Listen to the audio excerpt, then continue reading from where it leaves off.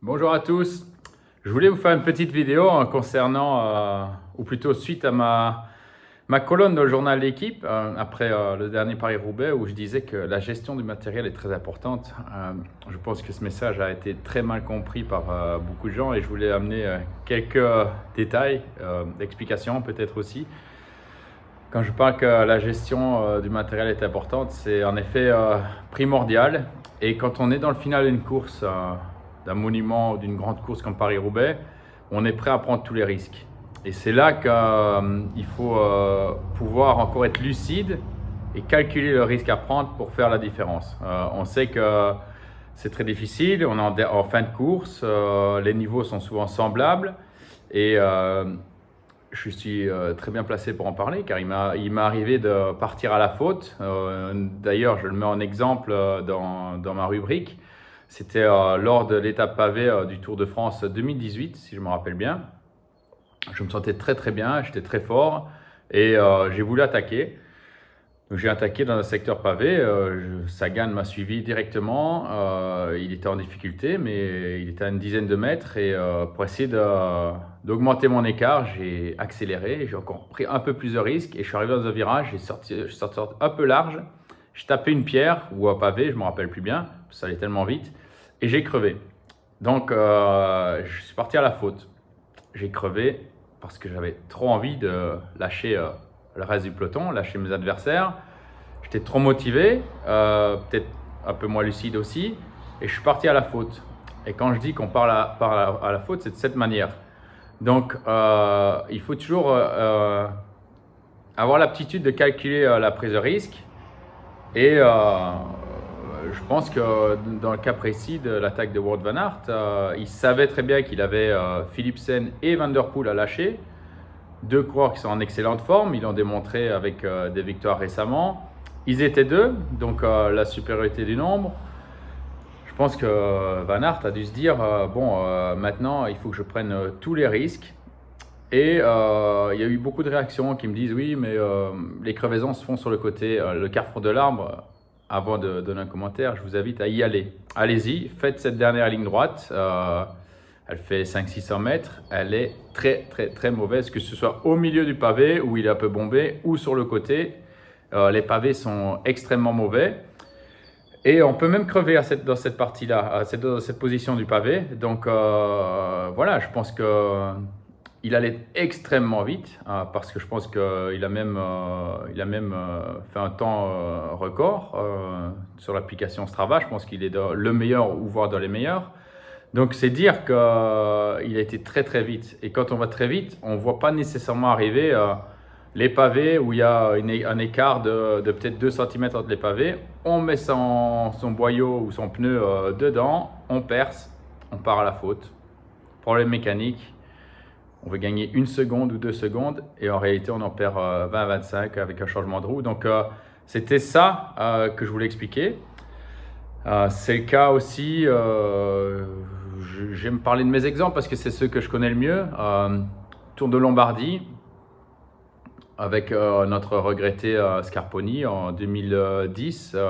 J'attaque dans la dernière partie du Sormano, j'arrive à faire la différence, je lui prends 15-16 secondes maximum. Je fais la descente à fond, mais j'en garde un peu. Donc j'aurais pu faire la descente peut-être 4-5 secondes plus rapide sur les 3-4 km de descente, mais je ne l'ai pas fait parce que j'assurais. J'ai assuré mon écart, j'ai estimé qu'il était suffisant pour gagner.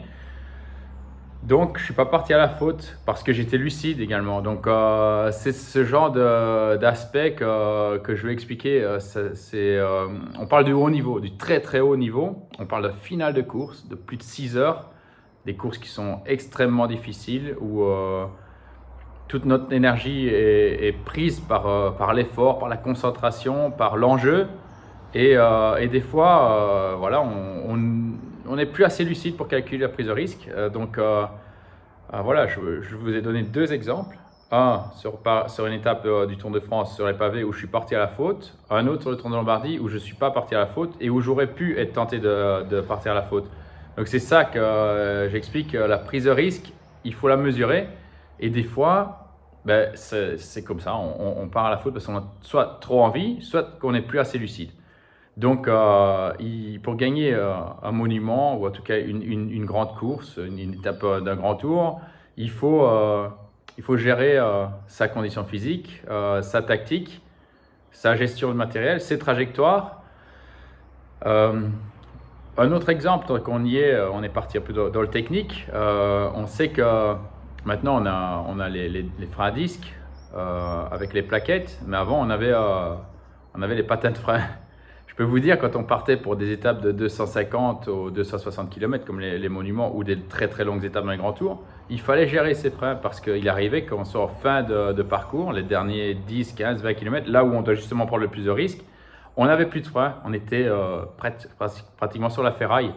Donc on touchait la jante, il n'y avait plus de freins, ça répondait plus. Et là, si on avait une bonne gestion de ces freins en première partie, on pouvait finir la course avec plus de freinage, freiner plus tard, faire plus de différence. Encore une fois, c'est de la gestion.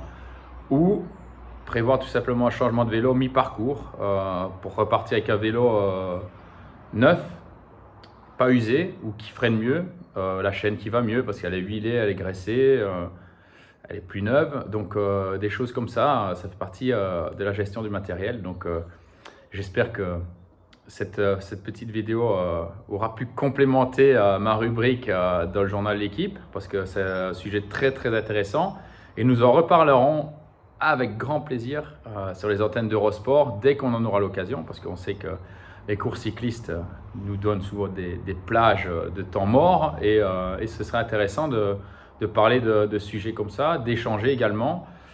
J'ai pu échanger un peu avec certaines personnes sur les réseaux sociaux, mais c'est très difficile sur des textes assez courts de pouvoir s'expliquer. C'est pour ça que j'ai choisi la voie de la vidéo et je pense que ce sera bien plus constructif, plus facile à comprendre également parce que j'ai donné plus d'éléments.